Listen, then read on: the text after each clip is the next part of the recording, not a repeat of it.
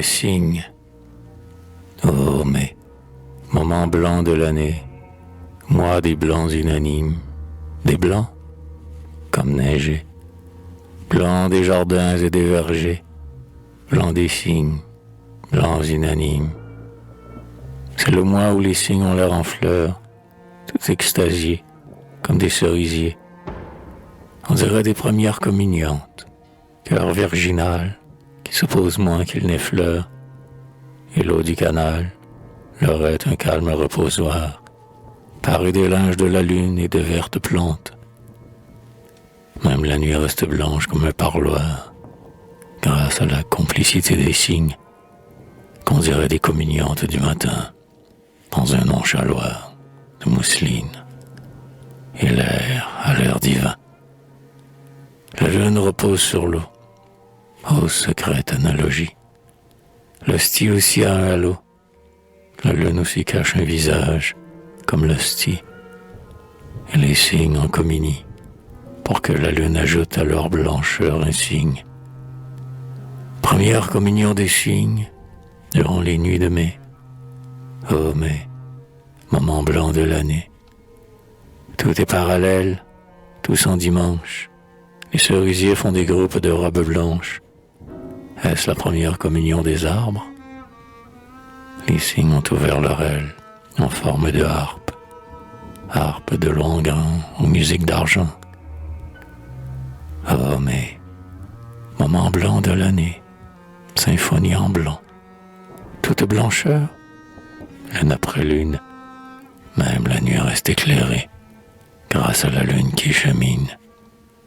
En falbala de mousseline, est-ce la première communion de la lune? Oh, mais, moment blanc de l'année.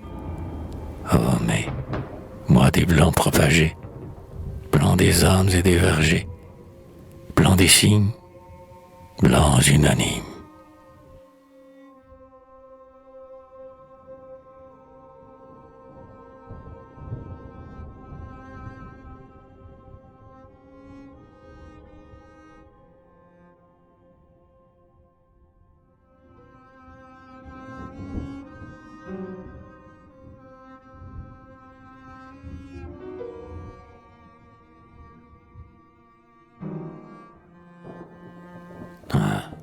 Cet exemple édifiant des cygnes sur les canaux qui sont vacants de tout reflet de joie humaine. Toi, sois meilleur en abdiquant. Les cygnes se résignent. Les cygnes n'ont lutté qu'à peine contre la brume qui se tisse, brouillard opaque et sans nul interstice. Beaux cygnes qu'un instant leur pur éclat atteste. Ils ont voulu déchirer le brouillard avec leur souple cou, instinctif comme des gestes. Mais le brouillard les vint et les fait doux, comme les nénuphars, au signe d'accord avec le décor, sauf leur bec un peu rose encore, comme un œillet qui commence à s'effeuiller, car le brouillard l'emporte, et tout se décolore. Les cygnes sont vaincus, c'est comme un archipel de ouates qui se fondent, avec la brume ils se confondent. Ils sont déjà comme s'ils n'étaient plus, et presque à l'unisson de la toute pâleur. Les cygnes ont eu honte alors, dans tout ce blanc, de leur bec rose encore, dernière fleur, qui lentement se fane. Ils se sont jugés trop profanes, en ces blancheurs de cloître et de renoncement. La nuit montait comme une église, avec ses murs de brume blanche. Les nénuphars étaient de petites sœurs grises, dont la cornette s'endimanche. Alors les cygnes dont le bec rose survivait, un peu anormal, si pas sacrilège, l'ont enfoui dans leur duvet. Oh, rose de Noël disparue en la neige. Ainsi font les cygnes par délicatesse, pour les nénuphars, cependant que triomphe le brouillard, et que la lune, au ciel, comme une lampe, baisse.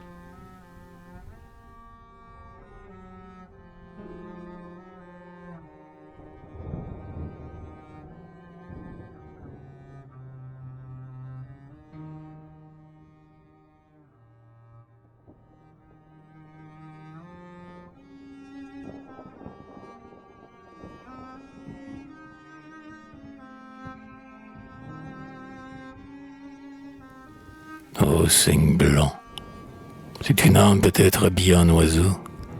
Une première communion aboutit à être cet oiseau sur l'eau, parce qu'elle mourut avec sa robe blanche le soir même de l'hostie.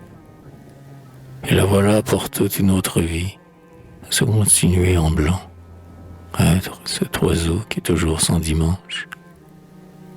Car il y a des premières communiantes, à qui le bleu de l'encens a donné le désir immédiat du ciel, vierge impatiente d'un Dieu plus réel, qui meurt de voir finir ce jour de noces.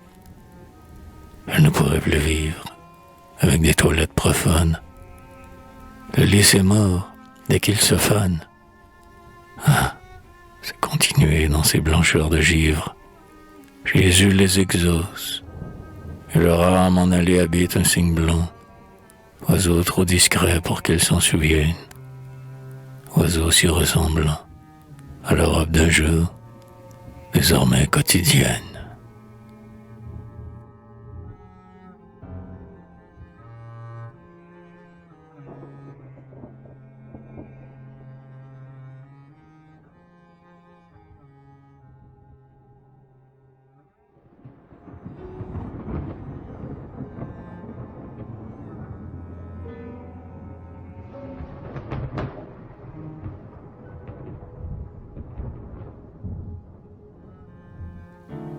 Les beaux cygnes immaculés rêvent de voir la coupe du roi de Tulé dans le vieux canal qui les porte, nostalgiques, ils vont.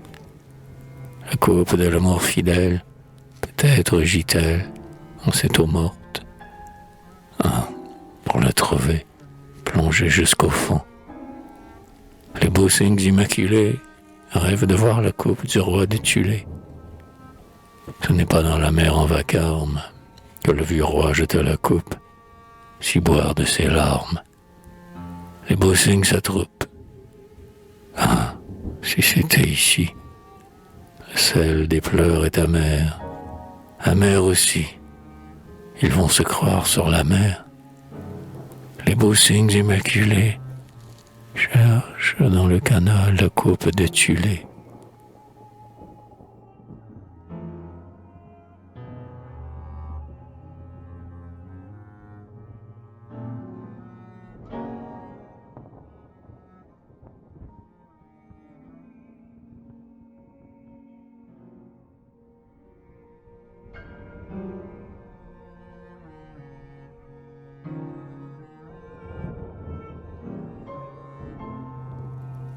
Les cygnes blancs vont et viennent sur les canaux, comme des moines dans un préau. Ils ont vraiment un plumage qui s'unifie et les vêt de froc blanc et doux, de la couleur du badigeon des sacristies. L'eau morte a le calme d'un cloître. Les cygnes allant et venant, indifférents à tout, n'ont souci que de voir, dans l'eau, comme dans un miroir, leur blancheur croître. Le canal d'or, son luminant, d'images multiples, comme une vieille Bible. Les cygnes, un à un, s'isolent, se dispersent, sans souci des reflets qui, dans l'eau, sont inverses. Chacun n'est attentif qu'à se considérer soi-même. C'est comme un autre soi dans l'eau.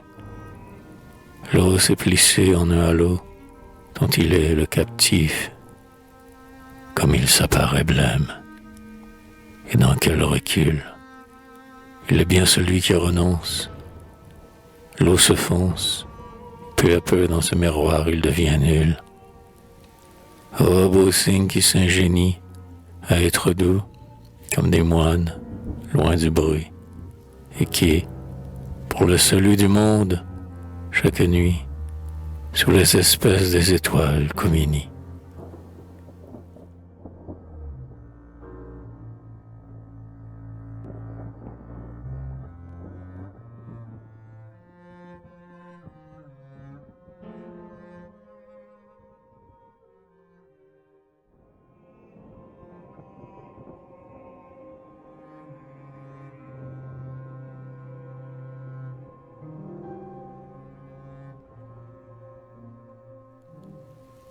les cygnes dans le soir ont soudain déplié leurs ailes parmi l'eau qu'un clair de lune moire.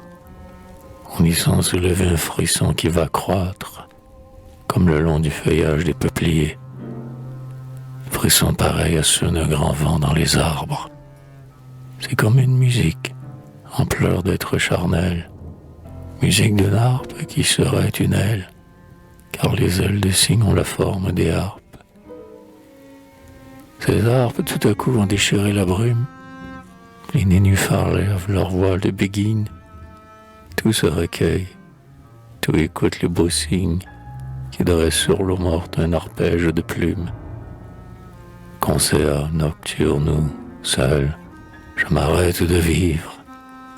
Ah, ces harpes de la musique du silence, dont on ne sait si elle est morte ou recommence. Et mon cœur s'est gelé dans ces harpes de givre.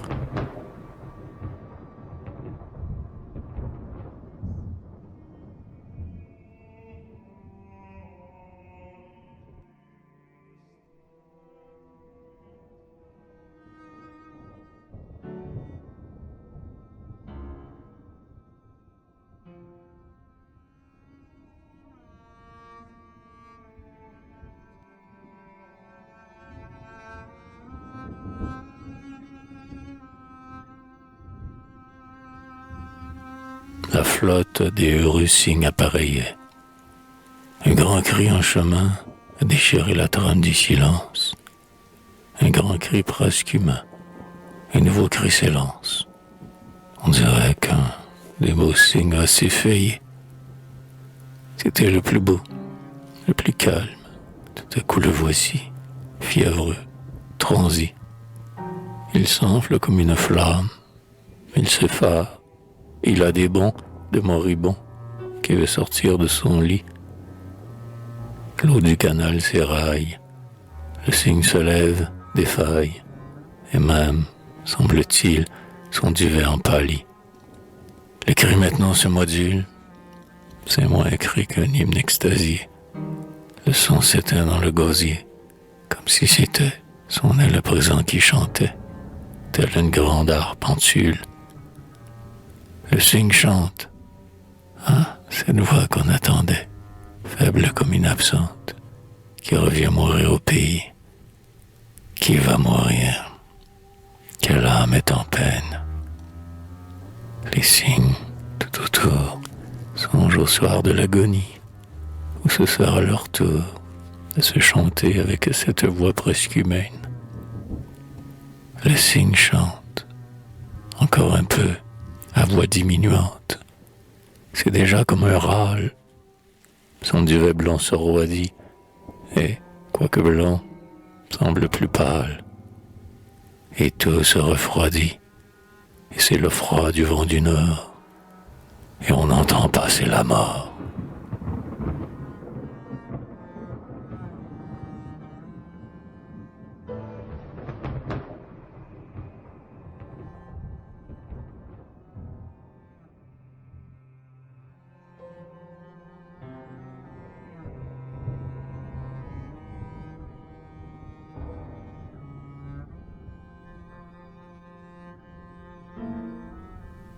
L'eau morte, certains soirs, vibre de cantilène. Ah, les flûtes, aux trous d'ombre, des longs roseaux. Les cygnes le soir y modulent leur peine, musique en blanc et noir, éparse au fil des eaux, mais où le blanc domine à telle heure opportune, où l'on voit tout à coup intervenir la lune, par peur que la blancheur ne soit humiliée. Les cygnes vont faiblir, elle est leur alliée, et, combattant le trop d'influence du soir, elle descend dans l'eau, dont elle est coutumière, et, sur les fleurs des roseaux, on peut la voir, appliquer en rêvant ses lèvres de lumière.